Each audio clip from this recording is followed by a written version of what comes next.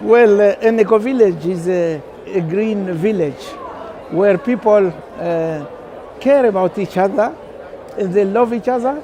They know what is their nature, whatever is in their nature. And the eco-village is a program that started 20 years ago in Europe, especially Sieben London in Germany. Also, they extended in Scotland and they are in the US. Now they have developed a lot of tools. And the first thing this movement has come up to is that sustainability has four dimensions. And this dimension are social, ecological, and economic. So beyond that, we need culture as well.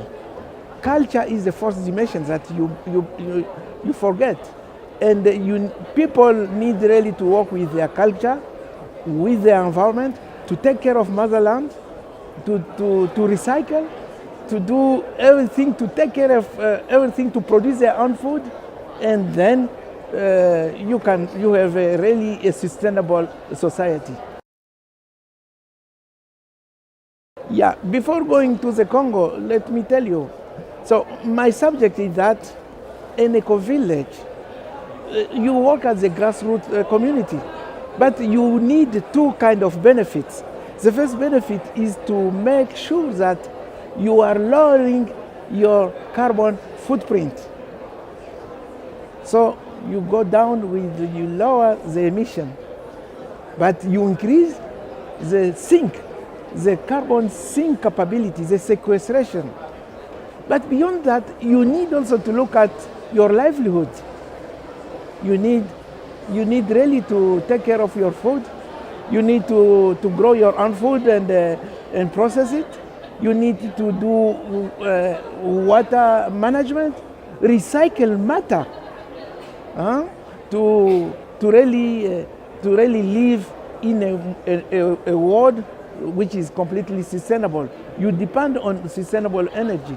So to go back to your question, in DRC, how we go about it? Before going to DRC, I told you that I am an advisor to the Global Environment Network in Africa.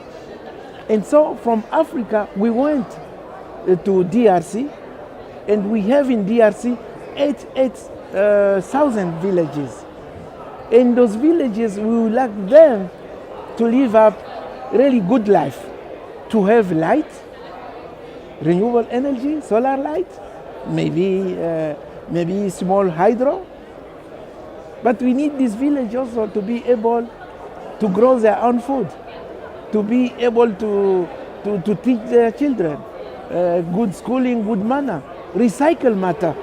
And when you recycle matter, you can do many things.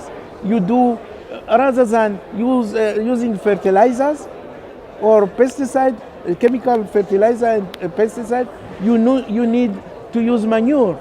You need to use permaculture technique, which are simple technique of growing with tillage, without tillage. So those are the things we have to do.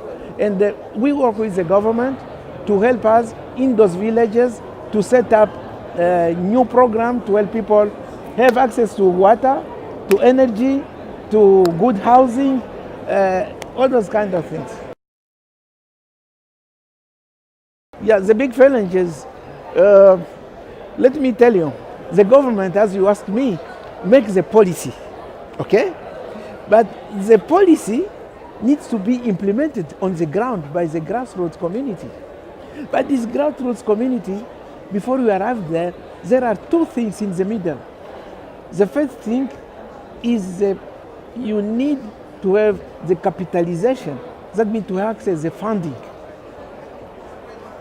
to implement the policy. The second thing in between is the technology. You need technology, transfer of technology or innovation. So the government needs to invest into research and development so that you have the tools to implement your policies on the ground with the grassroots communities, with the private sector, and you go ahead like that.